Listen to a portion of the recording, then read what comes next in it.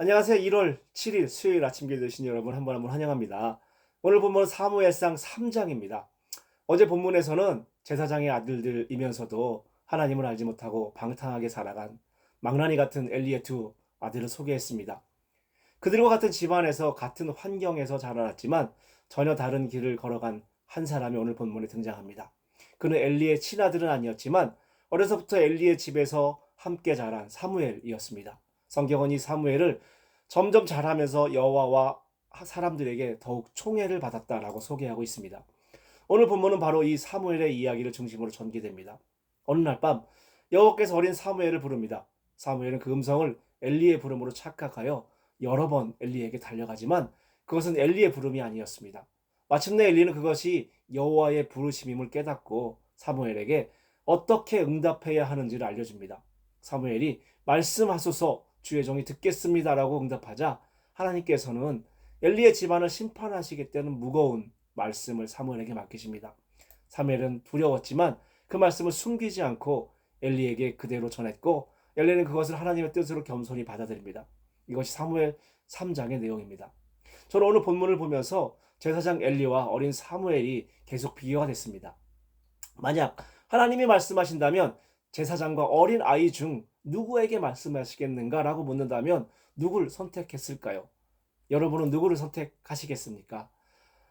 이 질문에 당시 사람들은 주저하지 않았을 것입니다. 당연히 제사장을 선택했을 것이기 때문입니다.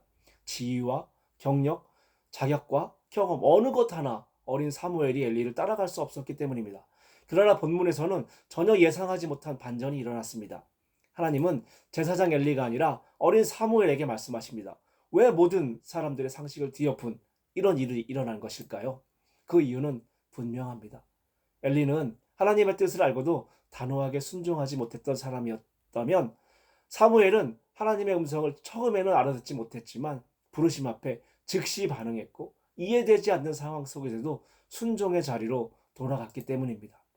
우리는 종종 하나님의 뜻을 듣기 위해 자격이나 또는 경건의 수준 혹은 충분한 준비가 필요하다고 생각합니다. 그러나 하나님께서 보시는 것은 그런 조건들이 아닙니다. 믿음의 자리에 오래 있었다고 해서 자동으로 하나님의 뜻 안에 서 있는 것이 아니라는 것입니다. 하나님은 오히려 겸손하게 듣고자 하는 마음, 내가 여기 있습니다라고 응답할 수 있는 사람을 사용하십니다. 사무엘은 어렵고 경험도 없었지만 하나님의 부르심 앞에 자신을 내어놓을 줄 아는 그런 마음을 가지고 있었습니다. 오늘 우리의 삶 속에서도 하나님은 여전히 말씀하십니다.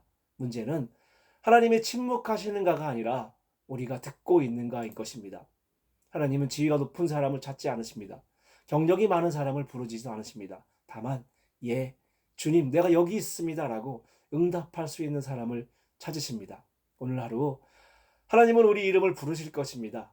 그 부르심 앞에 주저없이 예, 주님 내가 여기 있습니다라고 응답하는 저와 여러분이 됐으면 좋겠습니다. 감사합니다.